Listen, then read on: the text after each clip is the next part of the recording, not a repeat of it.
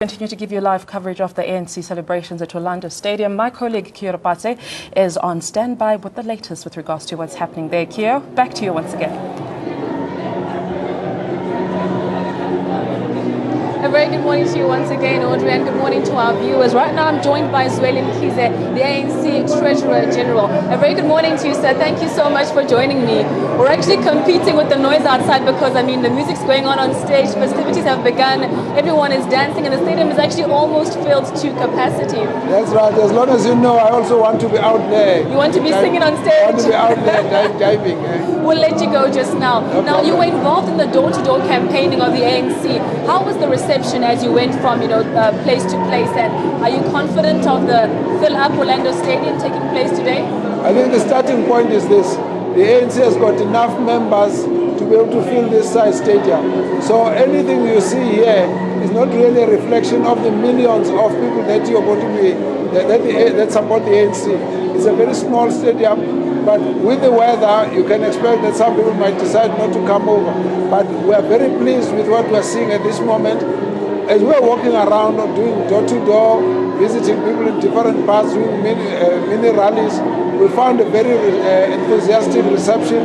People are very keen to come and join us. People are very keen to talk to the ANC. They're raising lots of issues. They want the ANC to respond to those issues. So I found that the enthusiasm is still as good as we would like to see it. Based on the enthusiasm, do you think that ANC will regain the metros it lost in the 2019 elections? I think that the ANC will regain. It really is an issue where our members and the people of South Africa have given us a very strong message. There are issues to correct, there are issues of service delivery, there are issues of the unity of the ANC in its branches, there are issues around the selection processes of leaders and candidates for mayor, for councillors. There are issues of social distance between the ANC and its support base. There are issues of corruption that they are worried about. There are issues of unemployment. There are issues of the economy that's not doing well. So we've got a full package of work that we have to do. We are fully aware of these issues and we continue to introspect. And the idea is that this year there must be a turnaround. The ANC must regain its unity. The ANC must regain its growth. It must also reconnect very strongly with its members better than it's been doing before. We really are looking forward to rebuilding the confidence that our people have in the African National Congress. It's a very important year, as you said, for the ANC this year. How does the ANC plan to rebuild the unity and possibly the confidence of the electorate this year? I think the starting point is this January 8th statement. It's a call for people to focus on what the program is for the African National Congress for the year, as well as the program for government for this particular year. In particular, the issues of building the economy are key. The issues of dealing with unemployment, building business confidence. Those issues are very, very important as we deal with it. Of course, there is a whole lot of other issues that we want to deal with. But in particular, we have gone out sending all the leaders to talk to structures, the branches of the ANC and at all levels to say to our people, we want them to open up the ANC, deal with the issues of gatekeeping, sort out the membership issues, and open up the debate. When people discuss in an ANC meeting, it must be open, and people must feel that they are able to express their views, that they are listened to.